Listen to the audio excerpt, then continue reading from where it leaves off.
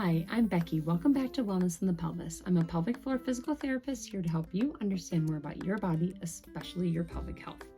And today we are going to talk about a very controversial subject in my office, and it has to do with bladder health. No surprises there. Is it okay to hover while you pee, especially like if you're in a public bathroom? So I have a lot of feelings about this, which I'm going to share with you right now. Let's shed some light on what's going on down there. The idea when people are afraid to sit on a toilet seat, it's usually because they don't want to have some kind of passing of germs or something like an STD, like gonorrhea or chlamydia, or some GI kind of thing like E. coli, or just a general stomach bug, or even just like the cold or other things like that. I get that. People are gross. They have a lot of germs, and they love to share them. I'm going to tell you right now that this is not worth the worry, though. This video today is going to be about me explaining why you should not hover while you pee, and why it's probably actually worse for you to hover than it is just to take a seat. And then we'll talk about some things that you can do to maybe help you feel a little bit better. But just to cover the germ thing, most disease-causing organisms do not live very long in just the open environment. They die. They need a host body to survive, and if they're just floating around, they're not going to get that.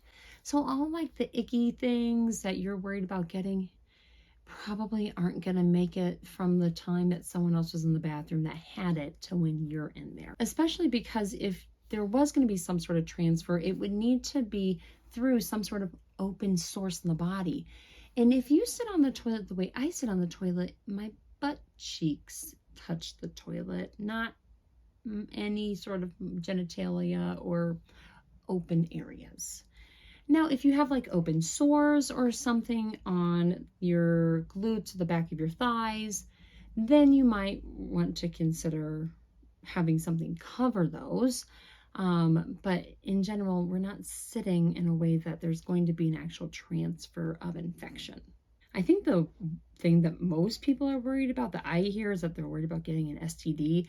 And from all the research I did, the only way you're going to get an STD from a public bathroom is if you're having sex in a public bathroom. So here's some things that actually are more likely to go wrong that would affect your overall health when it comes to hovering. So the first one is your bladder. Mechanically, the way that your pelvis is positioned and the way that the pressure around the bladder is that helps you empty is going to be altered when you're upright versus sitting down. And so you might not empty your bladder all the way. And this can lead pretty easily to urinary tract infections, or what's called urinary retention, which is where when you don't empty all the way, and then your bladder gets overfull, which can lead to all sorts of problems.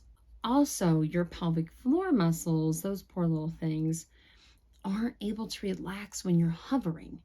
And if they aren't able to relax fully, that one leads to not being able to empty the bladder. Two, leads to those muscles staying tight, which has a whole host of problems, such things like leading to pain or nerve compression or constipation or pain with sex. Like, it can just lead to so many other problems, and it's so easy to prevent. And then also, if you aren't able to relax your pelvic floor muscles, then you're going to have to push harder using your abs and increasing the pressure through your belly. And that can lead to a prolapse, which is when the bladder or other organs fall in the pelvis. And you definitely don't want that. So what are you supposed to do? Well, this stuff's pretty simple. If you're in a place that has one of those paper coverings, you can pull it off, put it on top of the toilet seat. There you go.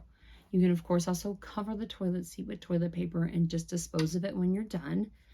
That will create an extra little barrier between you and your skin, especially if you do have any sort of little open wound or something. If you have it handy, you can, of course, take an antibacterial wipe and wipe down the seat. And then you really don't have to worry about it. You killed most of the things that you were worried about anyways. And lastly, and most simply, and honestly most effectively, is wash your hands. Any sort of transfer of germs is going to be because your hands then touched something else.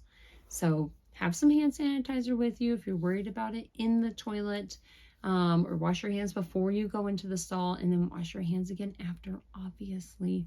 Hand hygiene is the most important thing here. So if you can wash your hands, you're gonna be fine. So what questions do you have? Let me know in the comments down below. Thanks for checking out my work, guys, and we'll see you next time. Bye.